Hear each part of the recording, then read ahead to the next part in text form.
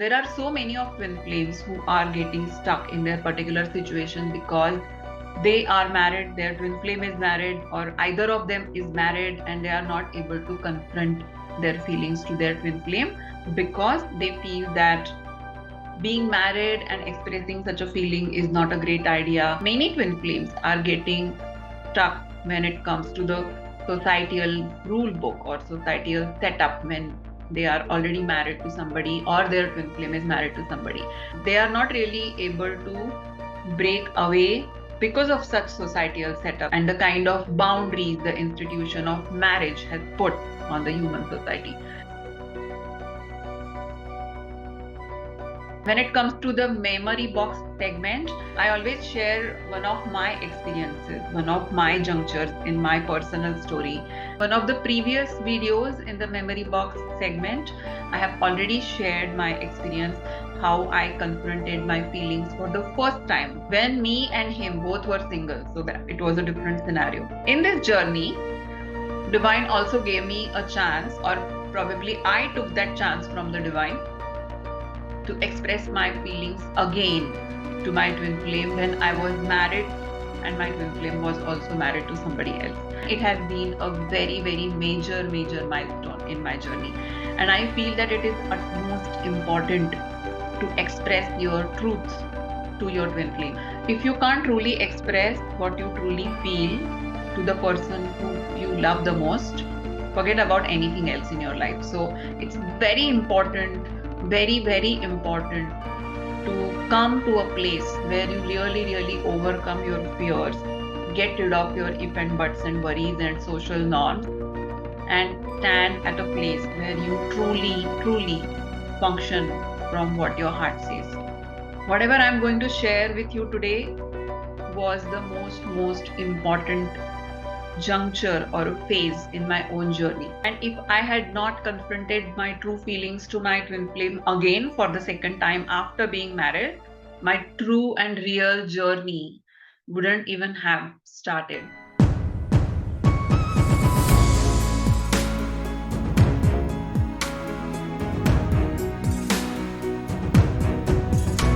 So welcome back to my channel Awaken with Pradnya, and before I begin, all those who have not yet subscribed to my channel, please subscribe to my channel. You can connect me on social media on Instagram and Facebook. Anybody who wants to read my articles on the website called Quora, I have answered more than 5,000 questions related to twin flame journey and spiritual ascension. All those who want to consult with me one-to-one for private sessions, all this information has been given in the description of this video, so you can check the links given. And now let's start with my story. I feel it's a good time to share this story because just last week I shared about the twin flame third energy and how you keep feeling this energy so much around you, inside you 24/7, and which kind of becomes a guiding star in your spiritual journey. And that exactly happened in my life back in 2009. I was married for 7 years. I was not in contact with my twin flame almost for 7 years, except some Diwali or New Year messages. In 2009, I started to feel this energy again very strongly. And I started to really miss my twin flame really badly. For those 7 years when we were not in contact, I was definitely remembering my twin flame, but that whole yearning or that longing or that restlessness was not really strongly felt in those 7 years. And I feel that there is also a reason why I was not feeling, because probably I was really supposed to be settling in my karmic life, build a bond with my husband, start my family. And unless I actually came at a certain juncture of my karmic life, my next milestone of my spiritual journey was not supposed to start. This is what I feel, why I was not feeling that energy. In the initial period, I was full of guilt feeling because I was not understanding why the hell, why all of a sudden I'm again feeling his energy. I'm not looking anything outside my marriage. I'm not wanting to cheat on my husband. This is not really right to have such an intense feeling for somebody. But my twin flame was not ready to leave my thoughts. And that was really, really overwhelming for me. And I didn't know what to do. So many months I spent in running away from it. I was completely a runner in that particular phase, and I was just trying my best to deny everything, whatever I was feeling in my mind. I was completely trying to concentrate fully in my married life. I was trying to pay attention to my daughter, who was just 1 year old that time. I was also having this lot of guilt as a mother that my mind is so divided, and it was a very, very painful and very, very confusing period for me. The amazing thing in this whole scenario is that I was not awakened. I was not knowing that I was on some sort of a twin flame journey. I was not knowing this term twin flame. I had no clue that I was on some sort of a spiritual path. I had no understanding of anything of this sort. Till that point, I was just considering myself as somebody who is insanely obsessed about somebody, who is madly and deeply in love with somebody, or somebody who is really a hopeless romantic who is still thinking about their ex or their past and not really able to get over with it. So that whole struggle was really bad. There were so many things happening simultaneously at different levels in my life. I'm being a mother, I'm being a wife, I'm fighting this whole feeling inside me. Especially, you can understand when you are not awakened and when you are going through these feelings, how painful it can be or how confusing it can be.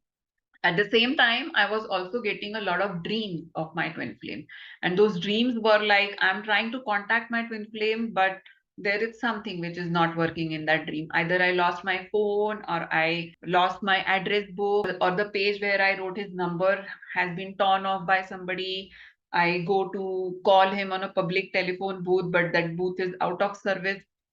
So the scenarios would change, but the situation would remain the same. And these dreams were absolute nightmares for me because I was having so much of pain of not being able to be in contact with him. In my waking life, I was absolutely able to dial his number and call him to ask him how he is. But in my waking life, I was not having that courage to call him because of whatever fears I was holding or whatever conditioning I was holding to my heart that it is not right to call him. He is now married. I am married. What if he does not like? What if his wife does not like if I call him? So as I started moving along in this confusion, my guilt, my pain, and my confusion started increasing because I was in denial. I was trying to move away from this connection. I was trying to forget whatever I was truly feeling. But then one day, when I really reached a point where I could not really get in more pain than that, somewhere I started realizing that it is okay to feel whatever you feel for somebody. It's not a crime. I have always been feeling this sort of a unconditional love for this person. So what? I am not committing any sort of a crime. I have to accept that this is what I feel. Somewhere something told me, which I received in my thoughts, that if you cannot be honest with yourself, you cannot be honest with anybody else. Because I was so concerned about being honest with my husband. And I kind of agreed with that thought that, yes, I think even before me being honest with my husband, I need to be honest with myself. And if I'm denying this connection, that means I'm not being honest with myself. So somewhere I was made to accept this to myself that it is okay to have such a feeling for somebody even when you are married. So somehow I accepted that. And the moment I accepted, I completely started feeling in peace. That I accepted, and that whole resistance, that whole restlessness, whatever I was struggling with so far for months, suddenly vanished because I came into that acceptance. And that is why I always say that acceptance is the key. How soon you can really accept your soul's truths is the most important thing in this journey. Then the next stage of my struggle was my comparison between my husband and my twin flame, because I was feeling this huge guilt that my husband is a nice guy, he is a great person, our marriage is perfectly happy, there is nothing wrong in our marriage. So when I'm having everything which anybody would want in their marriage, I'm still thinking about something, and this is not justified, this is not great, I'm not really doing any justice to my husband, and I was having a great guilt feeling. So after a few days, after I accepted this feeling, suddenly one thing dawned upon me, that what I have for my twin flame and what I have for my husband, I can embrace both at once. I don't need to compare my feeling with my twin flame to my husband, and I don't need to compare my relationship with my husband with my twin flame. These two people are equally important to me and they hold their special place in my life. So I don't need to mix up, I don't need to replace them with each other, and I just need to accept it the way it is. And then there was also something telling me that I'm not intending to do anything behind the back of my husband. It's not any sort of extramarital affair, nothing. It is a simple acceptance that I'm accepting what I feel for my twin flame.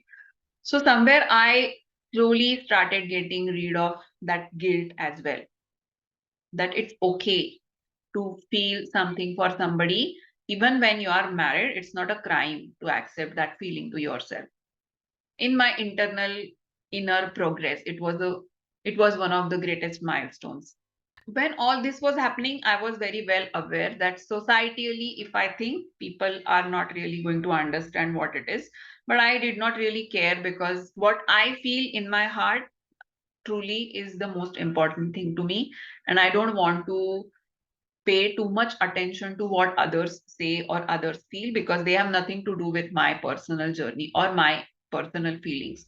So since the beginning, I was kind of able to deal with that societal aspect as well. But we see that there are a lot of people who are getting stuck into that societal aspect, like what people would feel or what people would say. But I personally feel, according to my experience, that it's just up to you. If you really don't give it a damn, nobody can deviate you from your path, and nobody will even hold that courage to ask you any question about it.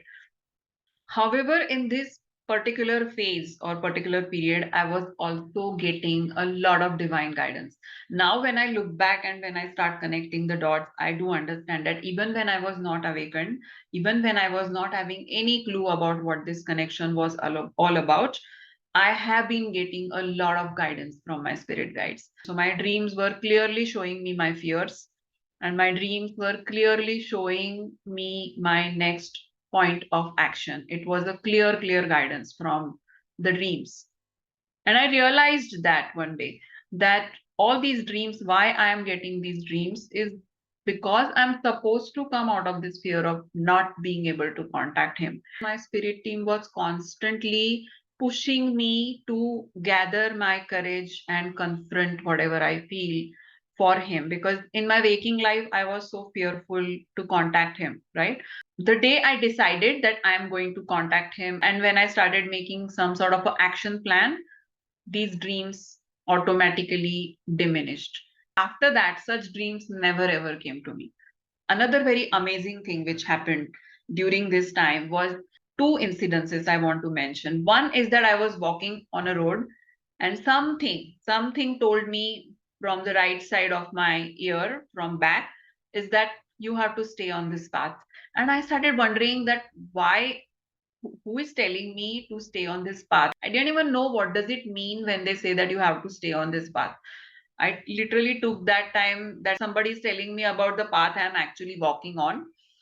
Then there was another feeling that something used to tell me that this guy is going to be back. Your story is not yet over. So many times I have heard this sentence whispering in my ear that your story is not over. Your story is not over.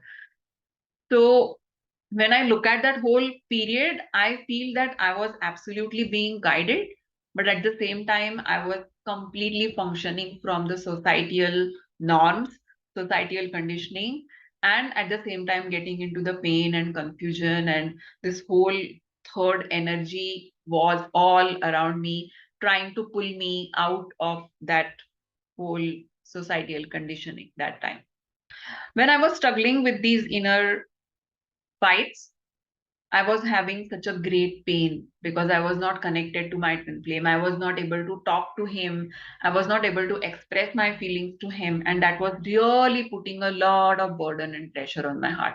At this particular time, I came across this book called The Power of Subconscious Mind. And I ended up reading that book, and somewhere it started dawning upon me that if our subconscious mind holds such a great power that we can manifest whatever we want, why can't I at least express whatever I feel to my twin flame?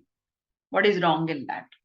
If I feel it, I should express it. And somewhere that thought started getting really strong in my heart that I have to express my feeling again for the second time.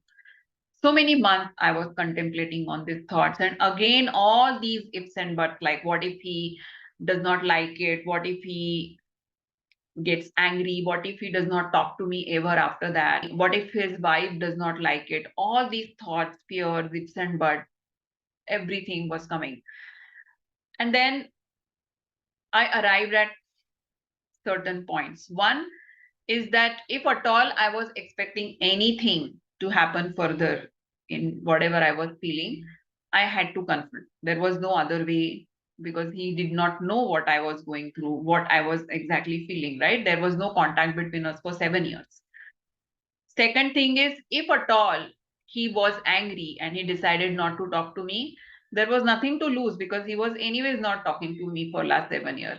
So somewhere my mind started asking me that why the hell you are being fearful, because there is nothing to lose over here, even if he does not talk to you anymore. But by taking that chance of letting him know what you're feeling, at least you are creating some sort of an opportunity for yourself to do something, to take this connection little ahead. Now when I say taking this connection little ahead, I had no clue what did that mean, because I was not knowing I'm a twin flame, I'm on some sort of a journey, what I'm supposed to do next. I was not knowing anything. I was just following whatever urges my heart was providing me, right? So there was this innate urge to connect with my twin flame, not knowing how it is going to unfold, in what way it is going to unfold. Was I really wanting to have a relationship with him? Absolutely not, because I knew that he's already married. I'm already married. I had no intention to break my marriage to be with him. But there was this innate, intense urge to connect with him again. And I didn't know what for and how it was going to unfold. But I was just following whatever urge my heart was prompting me. So after contemplating a lot for several months, I finally arrived at this whole conclusion, or some sort of a decision, that yes, I want to confront to my twin flame again by writing him an email that I'm still thinking of you. Now, this particular period, like the day I decided that I want to write to him and I want to really confront him, it was a different zone altogether, because I suddenly started feeling so happy, so excited, a lot of enthusiasm, a lot of energy. Suddenly, it came out of nowhere. And exactly like the way I have described in my first video, how I confronted my twin flame for the first time when I was not married, I again started writing a draft of an email. I kept drafting that email for almost 1 month, again updating, deleting, adding things and making it a perfect write-up, because I didn't want him to think that I was doing something wrong. I really wanted to take my feelings in the right spirit. So I made it very clear that I'm very happy in my marriage, but I really want to express this particular feeling which I have for you, which you already know, but I really wanted to let you know that I still miss you. I still feel your energy and presence all around me. And I myself keep wondering, like, why the hell from all the people in the world, I'm thinking of you, I'm feeling you, and I'm missing you. I don't know, but I still miss you. Please don't take this otherwise. I have no other agenda but to just express my feelings, only to get rid of that burden, whatever I have been feeling. I hope that you won't really take it in a wrong spirit, and I hope you're fine. It was a very emotional but very honest and genuine write-up which I prepared, and one day I sent that email to him. Before sending, I have done a lot of mental preparation. I was prepared not to receive his reply. I was prepared to take whatever backlash, if at all he was angry and if he came back angrily and said something to me, I was prepared to take that. And third thing was, if at all there was anything positive happening with that, I was obviously prepared for that. So finally, I sent this email to him. He received my email and he sent me an SMS that I received your email and I will reply you soon. 2 days, I did not get any reply from him. The third day, I received a big, huge reply. And I was surprised to see the length of that reply, because even when we had any sort of an email conversation before, it was not more than 1 or 2 lines. So seeing a mail from his which is more than 50-60 lines it was a shock for me. He came back to me with a very, very emotional email. It was very clear that he was really shocked to see my email. The whole tone of his email was, why are you thinking about me? You have such a perfect family, which I had kind of anticipated, that if at all he writes to me positively, he is going to tell me some conventional advice that how I should forget him and move on. So as expected, he had written all those things, that concentrate on your family, concentrate on your daughter, why are you thinking about me?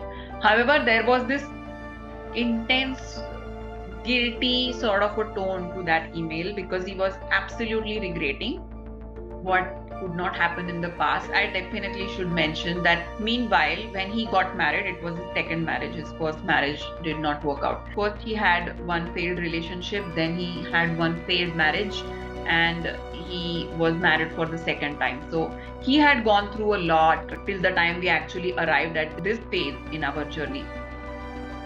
So there was this huge regret coming from his side, and there was a lot of lack of self-worth kind of thing. And he said, don't think about me. I am not worth you. You have such a perfect family and perfect life. Enjoy yourself and don't think about me. I wouldn't have been able to provide you things the way you are getting in your life right now, and things like that. It was very clear that he was very emotional, very sad to receive that email. And somewhere it was indirectly acknowledging that whatever I felt, he also felt in some way at some point in his life. But he had not confronted those things to me till then. That whole email which I received from him put me, I had mixed feelings when I received his email. I was extremely happy because he emailed me, and he also, to certain extent, opened up with certain vulnerability, and he did tell me something. But at the same time, the bad news was that he said that let's not keep in touch hereafter, and it's necessary for us to disconnect. So wish you all the best and goodbye. He did not keep any contact with me for 2 years after that. Now, here comes a very, very, very important thing, because this is where most of the people are getting stuck, and that is why I really want to stress on this particular thing. This was the point when he said that let's not get in touch, and he vanished for almost 2 years. That was my worst of the worst dark night of the soul. That was the phase where I really felt that pain of separation, because that time I realized that he is understanding my pain. He did not take my mail negatively. He kind of reciprocated to my feelings, even when he said that he didn't want to be in touch with me. However, in that period when he was vanished, again, something kept me telling that he will be back. He will be back. Your story is not over. This has always been at the back of my mind. Somebody is telling me like he's going to be back and your story is not yet over. Why I feel that this whole juncture was so important, because I feel that if I had not confronted my true feelings, what I feel, out of this fear that I am married, he is married, and if I had just given in to my fears and not said anything, my journey wouldn't have even started. The next phase of my journey wouldn't have kick-started ever. But just because I chose to come out of my fears and my insecurities, and I took that plunge into that unknown, uncertain thing, I was even ready to face whatever comes my way. either a reciprocation or confrontation or rejection, whatever it was. I was ready to take it. Those 2 years have been absolutely profound when it comes to my spiritual journey. And it took him 2 years, but after 2 years, he did reach out to me. Of course, he did not contact me for those 2 years. However, in those 2 years, he was also processing what I told him, right? So he also came to certain junctures in the internal journey of his. He realized certain things in his life, and after 2 years he initiated a contact to me.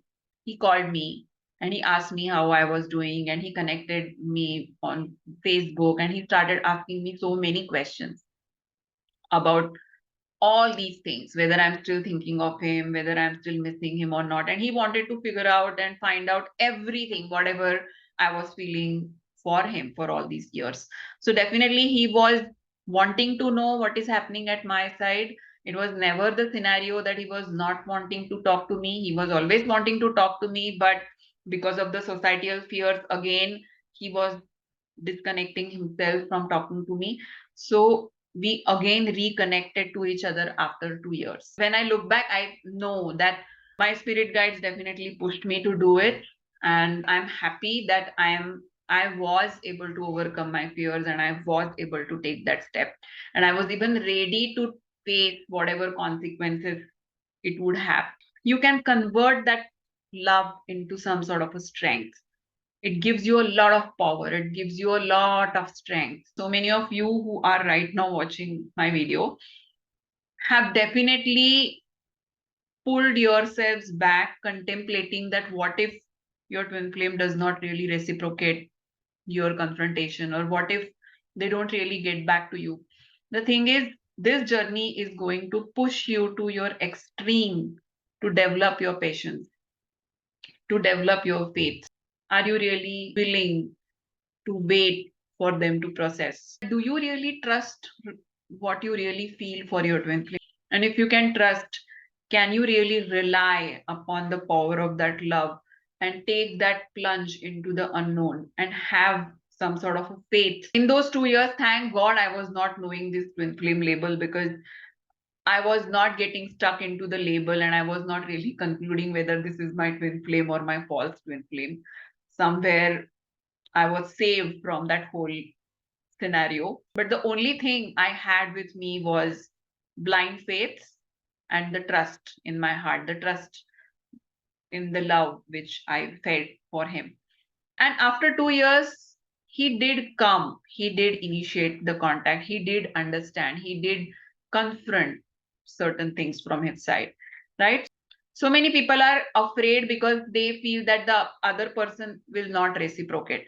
Now, my question to all those people is that, are you really confronting your feelings because you want another person to reciprocate, or you just want to express what you feel? It's very important to express what you feel first, irrespective of whether they reciprocate your feeling or not, irrespective of who is married to whom and who is in relationship with whom. It doesn't really matter. What matters is what you truly feel in your heart, and do you have the courage to express your truths. And let me tell you, life is very short. My twin flame passed away in April 2021. I am so glad that I was able to overcome my fears and I was able to tell him whatever I felt for him. And because of that, we came a long way with each other, progressed till a certain level before he actually said a goodbye to me in the physical. I don't have any regrets. I know what sort of connection we shared, and we are still in communication after he has transited into the spirit. But at least able to live a regretless life, that whatever I had to do with this person and whatever I had to share with this guy, I have fearlessly done that. I have always abundantly expressed my love to this person, and there is no other beautiful feeling other than expressing your true love to somebody. So there is no need to deprive yourself from expressing that true amazing feeling. And I think the whole twin flame journey is about understanding that and activating that inside you, because twin flames are volunteers to spread their light here on this planet. So I hope this video is going to help all those who are kind of functioning with some sort of a fear and not able to come out of the societal structures or fears or limitations.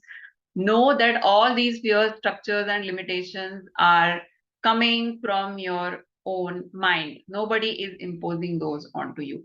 You need to set your foot down, decide to come out of those limitations, and stand in your own truth. I've also made a video which talks about how to confront your twin flame, which is more kind of a step by step process, sort of a guidance.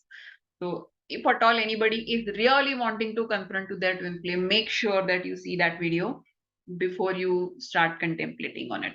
So, this is all for today. See you in the next video. Till then, namaste.